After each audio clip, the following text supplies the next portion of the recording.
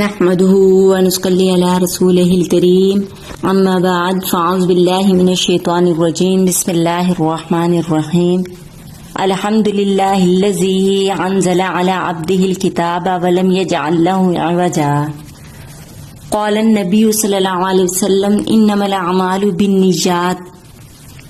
اعمال کا دارومدار نیتوں پر ہے.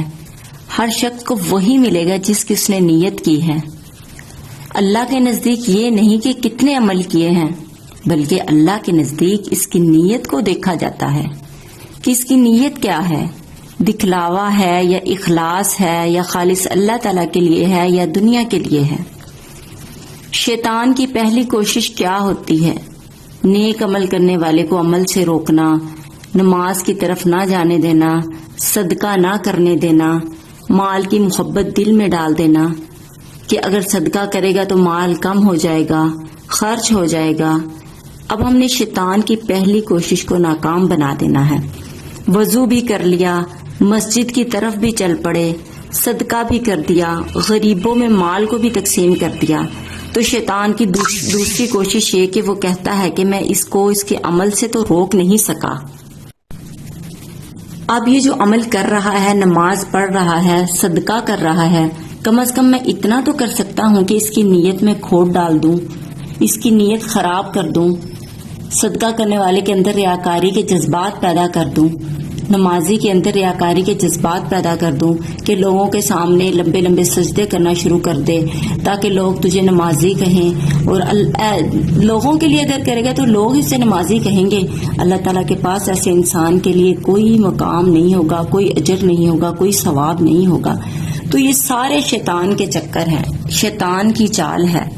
اللہ ہم سب کو بچائے. اخلاص کو لازم پکڑو.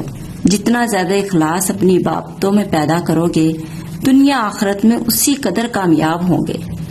اخلاص والا تھوڑا سا عمل بھی کل قیامت کے دن میزان میں بڑا وزن رکھے گا، اور اخلاص سے خالی عمل کل قیامت کے دن کوئی وزن نہیں رکھے گا. دکھاوا، ریاکاری، شہرت، اس سے بچنا بہت ضروری ہے. حضرت عبداللہ بن مبارک رضی اللہ تعالیٰ عنہ فرماتے ہیں کہ نیت کے حسن کی وجہ سے چھوٹا سا عمل بھی اللہ کے نزدیک بڑا ہوتا ہے، اور نیت کی خرابی کی وجہ سے بڑا عمل بھی اللہ کے نزدیک کوئی حیثیت نہیں رکھتا. نبی کریم صلی اللہ علیہ وسلم نے ارشاد فرمایا، حق تعالی شانہ تمہاری صورتوں اور تمہارے مالوں کو نہیں دیکھتے، بلکہ تمہارے دلوں کو اور اعمال کو دیکھتے ہیں. ایک اور حدیث میں وارد ہوا کہ آپ صلی اللہ علیہ وسلم سے کسی نے پوچھا کہ ایمان کیا چیز ہے؟ حضور اقدس صلی اللہ علیہ وسلم نے فرمایا، اخلاص. ہر کام اخلاص نیت سے کریں، دکھاوا مقصود نہ ہو، صرف خالص اللہ رب العزت کے لیے کرے. حضرت معاذ رضی اللہ تعالیٰ عنہ جب نبی کریم صلی اللہ علیہ وسلم نے یمن میں حاکم بنا کر بھیجا تو انہوں نے درخواست کی کہ مجھے کچھ وصیت فرما دیجیے. حضور اقدس صلی اللہ علیہ وسلم نے فرمایا کہ دین میں اخلاص کا اہتمام رکھنا، اخلاص کے ساتھ تھوڑا سا عمل بھی کافی ہے. ایک حدیث میں ارشاد ہے کہ حق تعالی شانہ اعمال میں سے صرف اسی عمل کو قبول فرماتے ہیں جو خالص ہو. کل قیامت کا دن ہوگا، ایک شخص کے نامہ اعمال میں حج لکھا ہوگا، اس نے حج کیا ہوگا، تو وہ شخص کہے گا کہ اے اللہ، میں نے تو حج کیا ہی نہیں، یہ میرے نامہ اعمال میں حج کیسا؟ ارشاد ہوگا، ہم جانتے ہیں کہ تو نے حج نہیں کیا، لیکن جب حاجیوں کے قافلے جاتے تھے تو تیرا دل تو تڑپتا تھا نا، تیرا دل. ہم نے تیری اس تڑپ کو دیکھ کر تیرے نامہ اعمال میں حج کرنے کا ثواب لکھ دیا. سبحان اللہ. اللہ تعالی ہم سب کے دلوں میں بھی سچی لگن، سچی تڑپ پیدا فرمائے. آمین. ایک حدیث پاک کا مفہوم ہے کہ اللہ تعالیٰ فرماتے ہیں کہ جو شخص کوئی عمل ایسا کرے جس میں میرے ساتھ کسی دوسرے کو بھی شریک کرے، میں اس کو اس کے شریک کے حوالے کر دیتا ہوں. دوسری روایت میں ہے کہ میں اس سے بری ہو جاتا ہوں.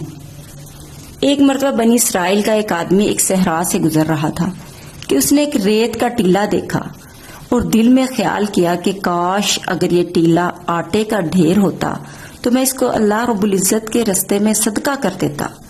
اس آدمی کی نیت خالص تھی، اس میں دکھلاوا مقصود نہیں تھا. اللہ تعالیٰ نے اس کی نیت کی وجہ سے اس کے نامہ اعمال میں آٹے کے ڈھیر کا ثواب لکھ دیا۔ سبحان اللہ، یہ صرف خالص نیت کی وجہ سے تھا۔ ایک کھجور کو بھی اللہ کے راستے میں خالص نیت کے ساتھ دیا جائے تو اس کا ثواب بھی احد پہاڑ کے برابر لکھا جاتا ہے، احد پہاڑ کے برابر اس کا ثواب ملتا ہے۔ سبحان اللہ۔ امام غزالی رحمۃ اللہ علیہ فرماتے ہیں کہ مومن کی نیت اس کے عمل سے بہتر ہے کہ جب وہ نیت کرتا ہے تو صرف نیت کی وجہ سے نیکی لکھ دی جاتی ہے۔ اگر نیک کام کرے گا تو پھر تو دگنا ثواب ہوگا۔ جیسے جماعت آئی ہوتی ہے، جماعت والے کہتے ہیں کہ اپنا ارادہ لکھوا دے، اپنی نیت لکھوا دے۔ نیت، صرف ایک نیت اور ارادہ لکھوانے کی وجہ سے ہی اللہ تعالیٰ اس کے نامہ اعمال میں 10 نیکیاں لکھ دیتے ہیں، اور جب وہ اس ارادے پر عمل کرتا ہے تو پھر تو اس کو دگنا ثواب ملتا ہے۔ ایک حدیث پاک میں وارد ہوا ہے کہ جو شخص ریاکاری سے نماز پڑھتا ہے وہ مشرک ہو جاتا ہے، جو شخص ریاکاری سے روزہ رکھتا ہے وہ مشرک ہو جاتا ہے، جو شخص ریاکاری سے صدقہ دیتا ہے وہ مشرک ہو جاتا ہے۔ مشرک ہو جانے کا مطلب یہ ہے کہ وہ دوسرے لوگوں کو جن کے دکھلانے کے لیے یہ عمل کیے اللہ تعالیٰ کا شریک بنا لیتا ہے۔ اس حالت میں یہ عمل اللہ تعالیٰ کے لیے نہیں رہتے بلکہ ان لوگوں کے لیے بن جاتے ہیں جن کو دکھانے کے لیے یہ کیے جاتے ہیں۔ ایک حدیث پاک کا مفہوم ہے کہ جہنم کو 3 لوگوں سے دہکایا جائے گا۔ قیامت کے دن اللہ تعالیٰ شہید کو بلائیں گے، اللہ تعالیٰ اس پر اپنی نعمتوں کا اظہار فرمائیں گے اور پھر اس سے اقرار کروائیں گے۔ وہ کہے گا اللہ تیری رضا کے لیے جہاد کیا حتیٰ کہ شہید ہو گیا۔ اللہ تعالیٰ فرمائیں گے یہ سب جھوٹ ہے، یہ جھوٹ بولتا ہے، تو نے اس لیے کیا تھا کہ لوگ تجھے بہادر کہیں، سو تو کہا جا چکا، جس غرض کے لیے جہاد کیا تھا وہ حاصل ہو چکی۔ اس کے بعد اس کو حکم سنا دیا جائے گا، منہ کے بھل گھسیٹ کر جہنم میں پھینک دیا جائے گا۔ استغفر اللہ۔ دوسرا وہ عالم ہوگا جس نے علم پڑھایا، قرآن پاک کا علم حاصل کیا، اس کو بلا کر اس پر جو انعامات اللہ تعالیٰ نے فرمائے تھے ان کا اظہار فرمائیں گے اور اس سے اقرار کروائیں گے۔ پھر اس سے سوال کیا جائے گا ان نعمتوں کا کہ یہ تو کس کام کے لیے کیے؟ وہ عرض کرے گا اے اللہ تیری رضا کے لیے علم پڑھا، دوسروں کو پڑھایا، قرآن پاک کا علم تیری رضا کے لیے حاصل کیا۔ جواب ملے گا جھوٹ بولتا ہے، تو نے علم اس لیے پڑھا کہ لوگ تجھے عالم کہیں، قرآن کا علم اس لیے حاصل کیا کہ لوگ تجھے قاری کہیں، سو کہا جا چکا، پڑھنے پڑھانے کی غرض پوری ہو چکی۔ اس کے بعد اس کو بھی حکم سنا دیا جائے گا، وہ بھی منہ کے بل کھینچ کر جہنم میں پھینک دیا جائے گا۔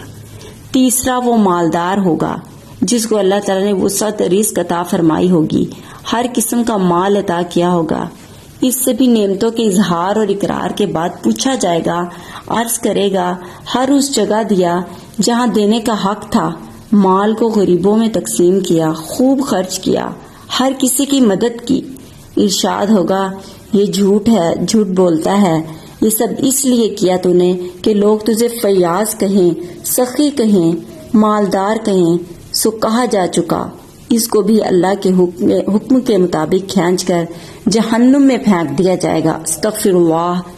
اپنا جو بھی نیک عمل کریں اس میں خالص اللہ رب العزت کی رضا شامل ہونی چاہیے، دکھاوا مقصود نہ ہو، رسول اللہ صلی اللہ علیہ وسلم کی سنت کے مطابق ہونا چاہیے، صرف اور صرف اللہ رب العزت کے لیے کریں، اس میں کسی بھی چیز کا دکھاوا، کوئی بھی ریاکاری نہ ہو، دنیا کے دکھاوے کے لیے نہ کریں۔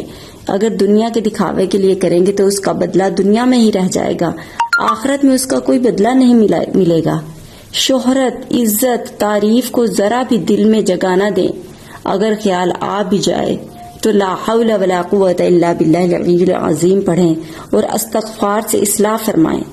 اللہ تعالی ہم سب کو اخلاص کی توفیق عطا فرمائے، آمین۔ وما علینا الا البلاغ المبین۔ السلام علیکم ورحمۃ اللہ وبرکاتہ۔